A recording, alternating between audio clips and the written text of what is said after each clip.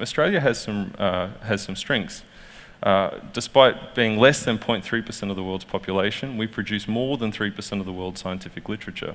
We have stable governments, and we were the only Western economy to not dip into recession during the global financial crisis. But we face some significant challenges. 99.7% of the world's markets lie outside of our borders. 98% of the money that's spent on R&D happens outside of Australia. And despite the fact that we produce more than 3% of the world's scientific literature, we produce less than 0.3% of the world's patents, indicating that while we may be good at generating ideas, our ability to take those ideas and to translate them into products and services that can have an impact on the market is limited. Two of the reasons why we're ranked so low in innovation efficiency is where our high degree research graduates are based. About 30% of our high degree research graduates in Australia are based in the higher education sector. And you compare that to the US, where over 80% of their higher degree research graduates are based in industry. Compounding that problem is the fact that we have very low levels of collaboration.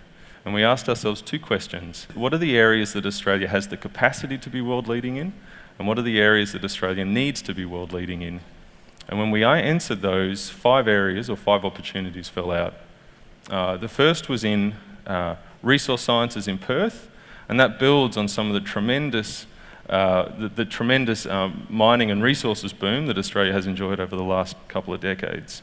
It's in environmental services or eco-sciences in Brisbane, agricultural sciences in Canberra, human life sciences in Parkville. We have a tremendous concentration of medical research institutes, of multinationals in the pharmaceutical space, in SMEs in the pharmaceutical space, in Parkville, in central Melbourne, but the problem is that they're just not working together. So we're building the systems and the policies to encourage them to work together, running events, and trying to bring people together and increase the opportunities for people to bump into each other and realise what they could be doing together. We've done a lot of work reviewing our IP policies to make sure that it's as easy as possible for researchers to work with industry.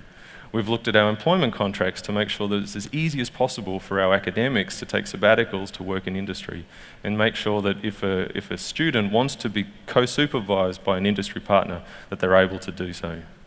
Take ancient Greece between 440, 380 BC. You had Socrates, Plato, Aristotle, Xenophon, Herodotus. The list goes on. In the space of 60 years, these guys essentially invented Western civilization. It wasn't just by chance or coincidence that these people were born at the same time and in the same places, but the places that they were born had the systems and the policies, the cultures and the institutions that enabled them to be those creative geniuses and solve those problems. It gave them the tools to do so. And that's the challenge that faces policymakers today.